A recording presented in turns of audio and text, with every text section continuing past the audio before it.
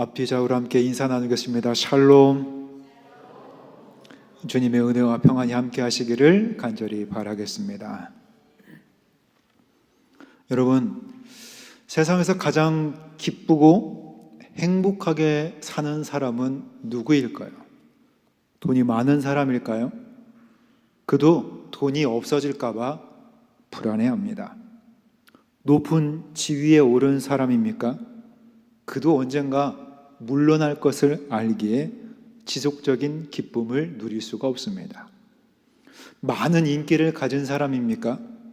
그 인기도 거품이라는 것을 알고 그 인기의 끝을 알기에 항상 행복할 수가 없습니다. 그러면 과연 참 기쁨을 항상 누리면서 살 수 있는 방법은 무엇일까? 세상적인 방법으로는 불가능하다고 봅니다. 그러나 가능한 방법은 있습니다. 그것은 기쁨의 근원이 되신 그 하나님께 기도하는 방법입니다. 오늘 성경의 본문은 우리에게 그것을 잘 말해주고 있습니다. 오늘 주신 말씀을 다시 한번 한 목소리로 봉독해 보겠습니다. 함께 봉독해 봅니다. 그날에는 너희가 아무것도 내게 묻지 아니하리라. 내가 진실로 진실로 너희에게 이르노니 너희가 무엇이든지 아버지께 구하는 것을 내 이름으로 주시리라. 지금까지는 너희가 내 이름으로 아무것도 구하지 아니하였으나 구하라 그리하면 받으리니 너희 기쁨이 충만하리라. 아멘. 구하라 그리하면 받으리니 너희 기쁨이 충만하리라. 오늘 말씀의 제목이기도 하며 오늘 본문의 마지막 말씀, 너희 기쁨이 충만하리라. 할렐루야. 너희가 내 이름으로 구하라 그리하면 받으리라 라고 말씀하신 주님의 말씀에 의지하여서 언제나 주님의 이름으로 구하고 또 그것을 받아 누리는 저와 여러분이 되기를 간절히 축원합니다. 오늘 말씀 23절에서 예수님은 말씀하십니다.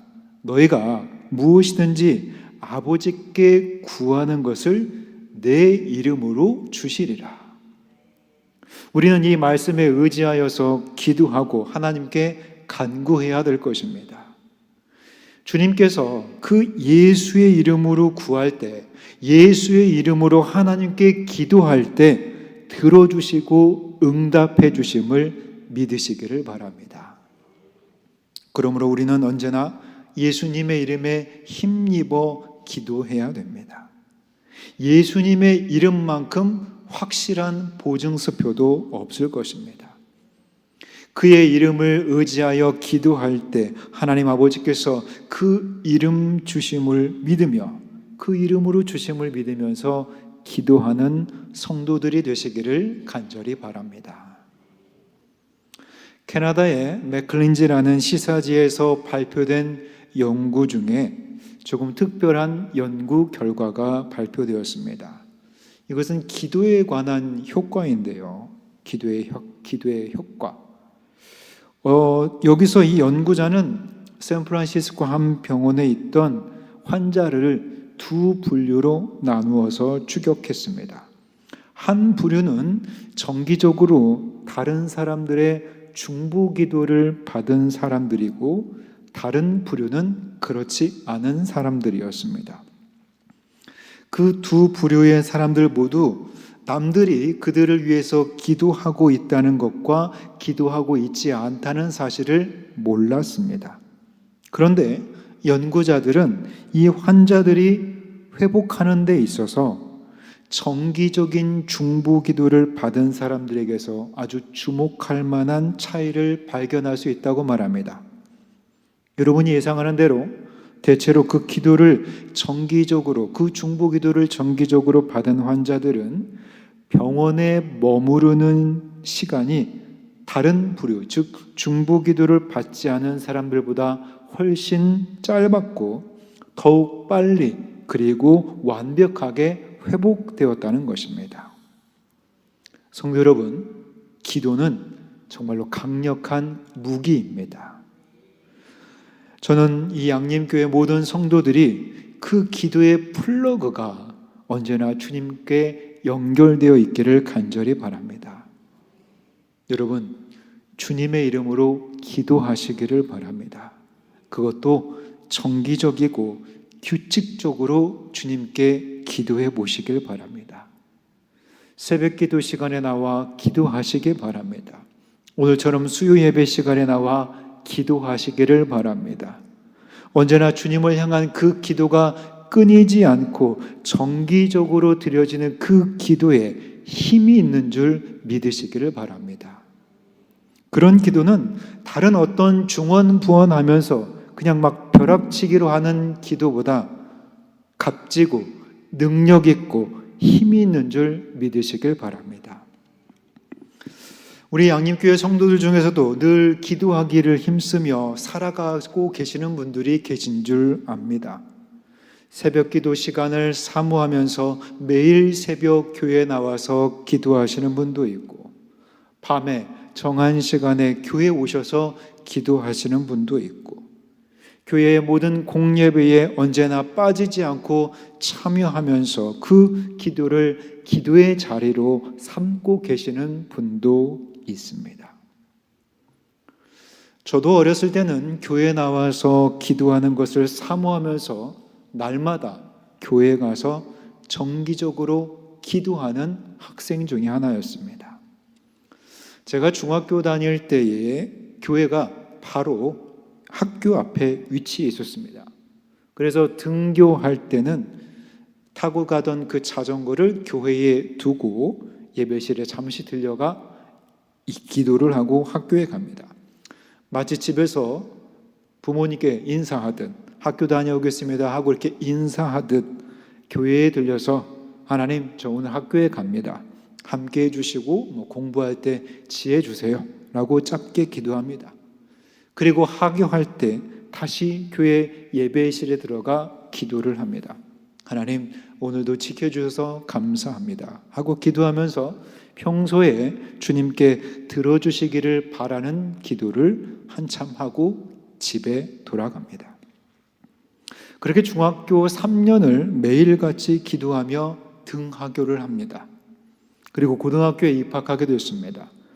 고등학교는 이 교회와 좀 멀리 거리가 떨어진 곳에 위치해 있었기 때문에 등하교하면서 교회에 들려 기도하기가 어려웠습니다. 그래서 제가 교회에 가서 기도를 했을까요? 안 했을까요? 네, 맞습니다. 했습니다.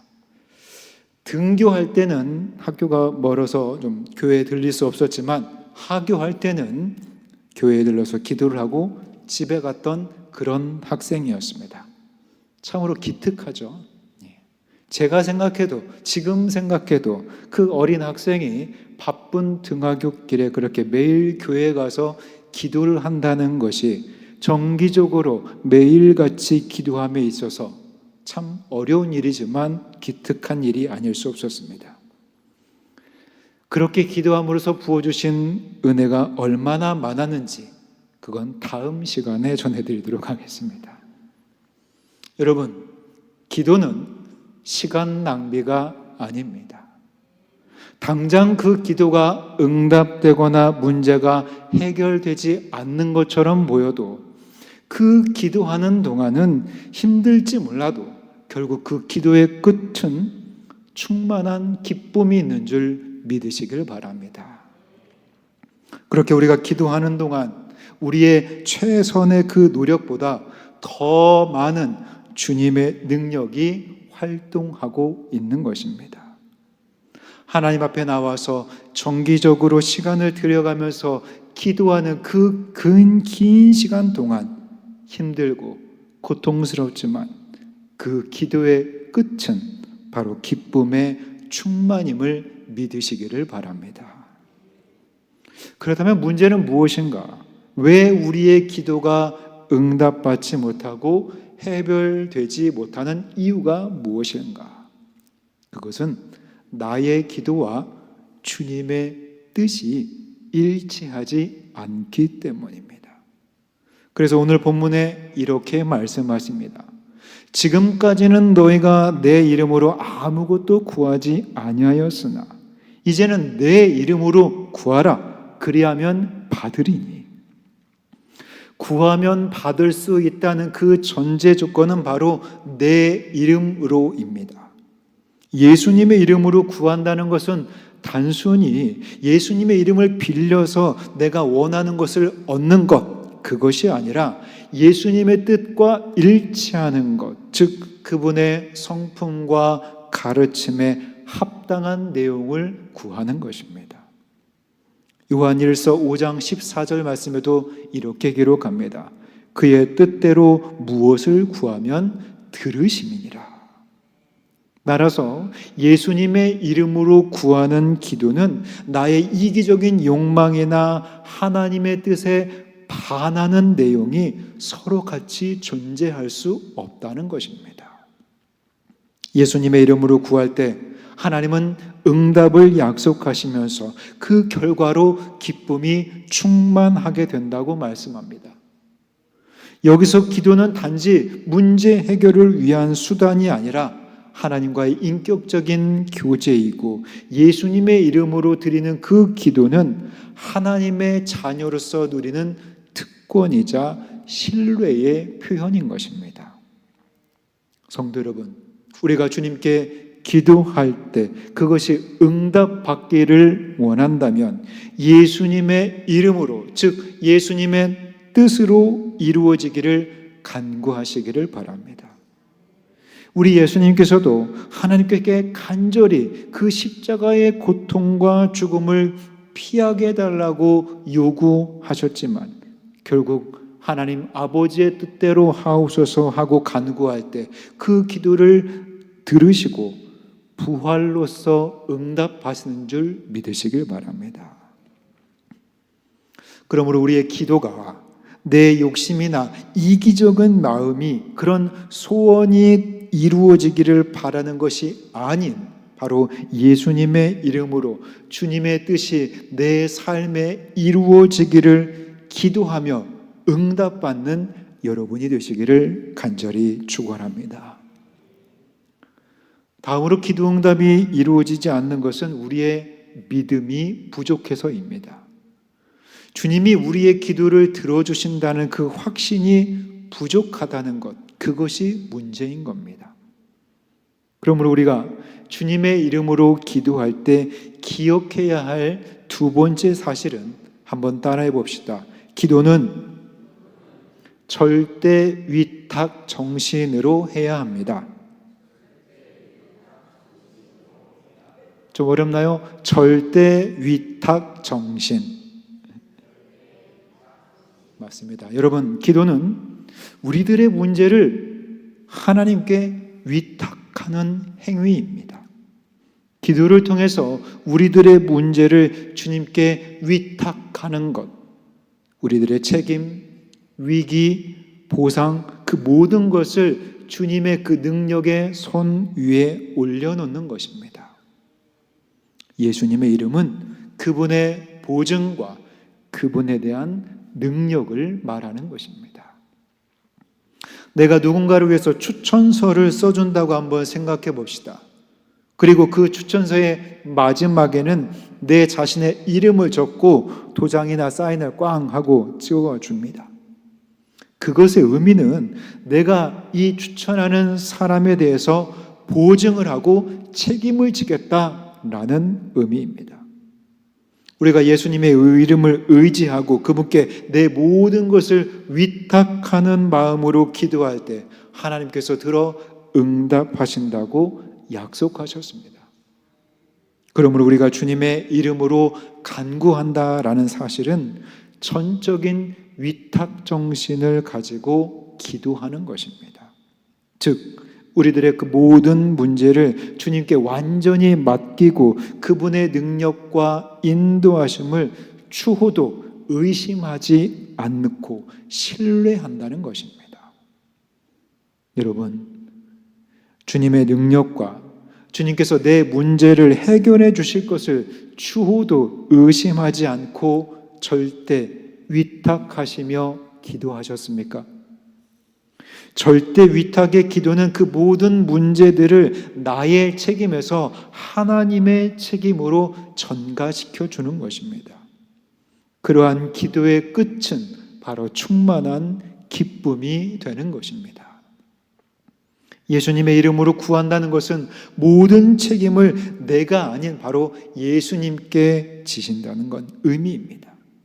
나를 창조하시고 내 삶을 인도하시고 역사하시는 그 주님을 전적으로 의지하고 믿으며 위탁하는 심정으로 기도할 때 하나님께서는 그 인생을 책임져 주실 줄 믿으시길 바랍니다.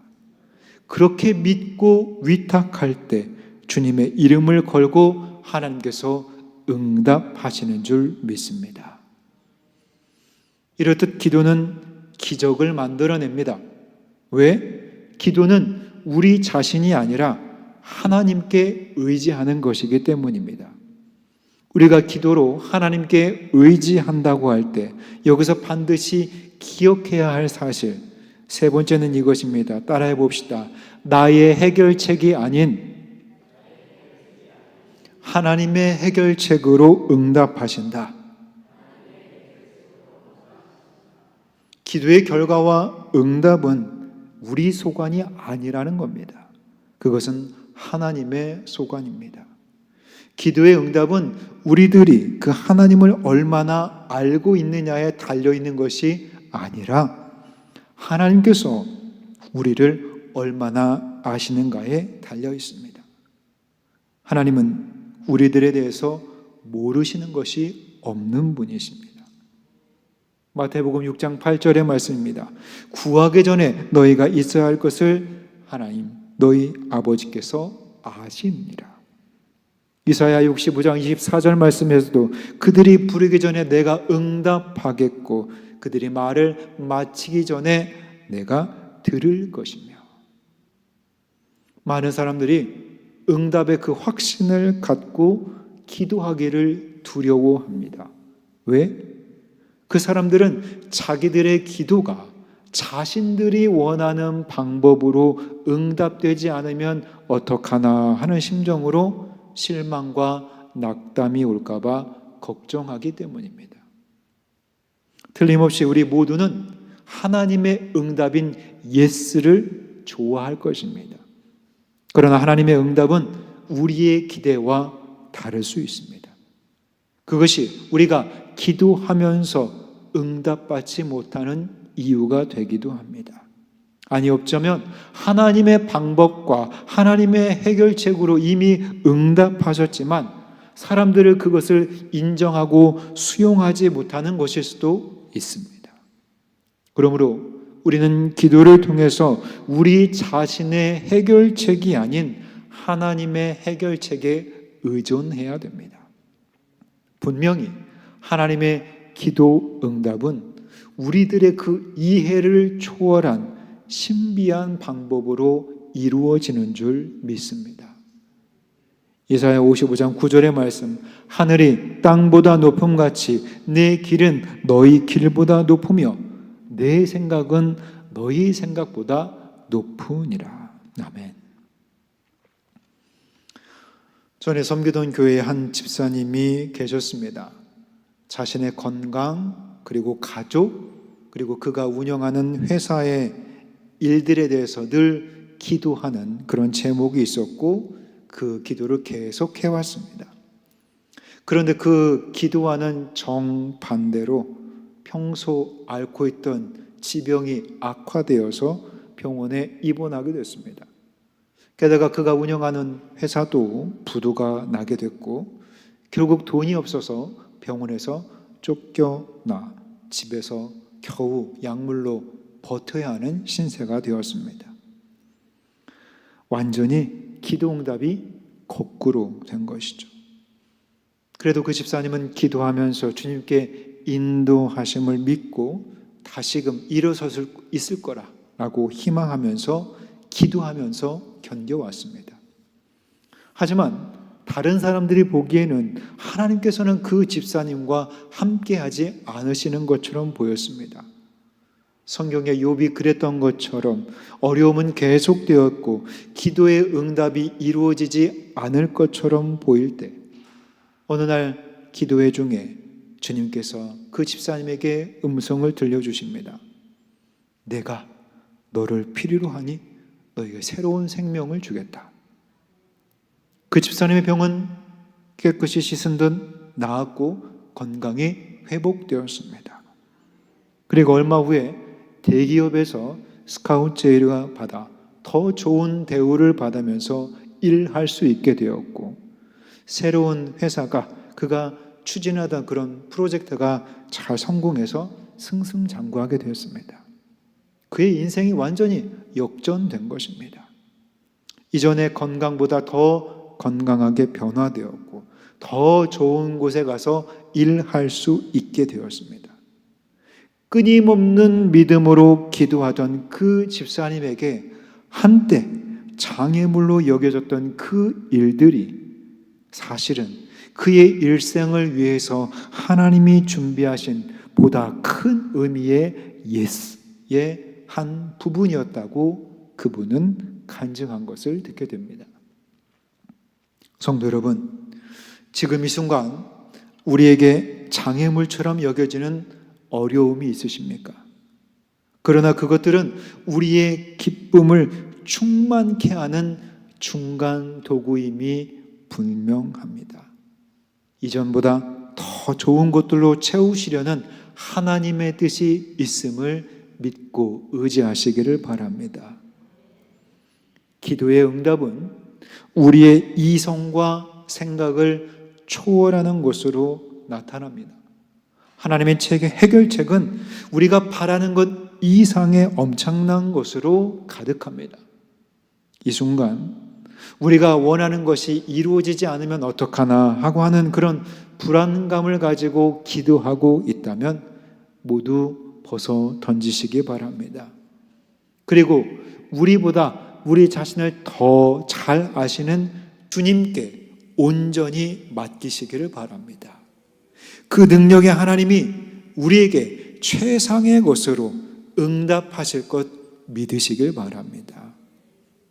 하나님의 해결책은 한순간 우리에게 응답하는 것이 아니라 또 때로는 괴로움처럼 여겨질 수가 있습니다. 그러나 그러한 감정을 극복하고 꾸준히 기도한다면 하나님은 우리가 원했던 그 이상의 것들을, 그 뛰어넘는 것을 우리에게 허락하시고 기쁨으로 충만케 채워주실 것입니다.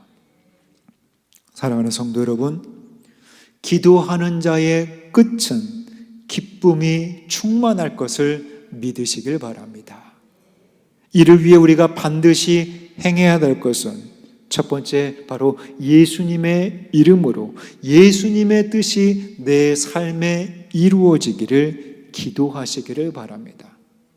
두 번째, 절대 위탁의 정신으로 믿음으로 주님께 기도하시기를 바랍니다.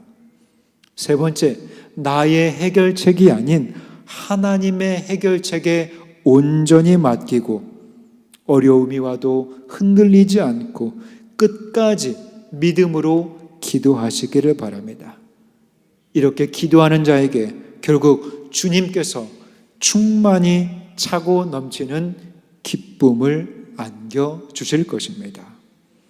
바라기는 언제나 주님께 그렇게 기도할 때에 주님으로의 이름으로 기도하여서 응답받고 그 기쁨이 충만한 우리 모든 양림의 성도들이 될 수 있기를 이 시간 주의 이름으로 간절히 축원합니다. 기도하겠습니다. 은혜가 많으신 하나님, 우리의 기도에 귀 기울여 주시니 감사드립니다. 그 기도의 응답으로 인하여 우리의 믿음과 신앙에 더욱 기쁨이 넘치게 하여 주시옵소서. 혹여나 주께 기도할 때 주님이 더디 응답하시어도 믿음으로 주께 위탁하오며 의심 없이 주님께 간구하는 신앙으로 우리를 이끌어 주시옵소서. 주께 기도할 때 전적으로 의지하게 하옵시고 주님의 해결책으로 우리를 이끌어 주시고 응답하여 주심을 믿고 간구하게 하여 주옵소서. 내 뜻과 욕심이 이루어지기보다 주님의 뜻이 이루어지기를 바라는 성숙한 믿음을 주시옵고, 기도를 통하여 구할 때마다 받아 누리는 기쁨이 차고 넘치게 하여 주옵소서. 주님의 응답이 끊이지 않는 우리 양림교회가 되게 하여 주시옵고, 우리의 영원한 중보자 되시는 예수 그리스도의 이름으로 기도드립니다. 아멘.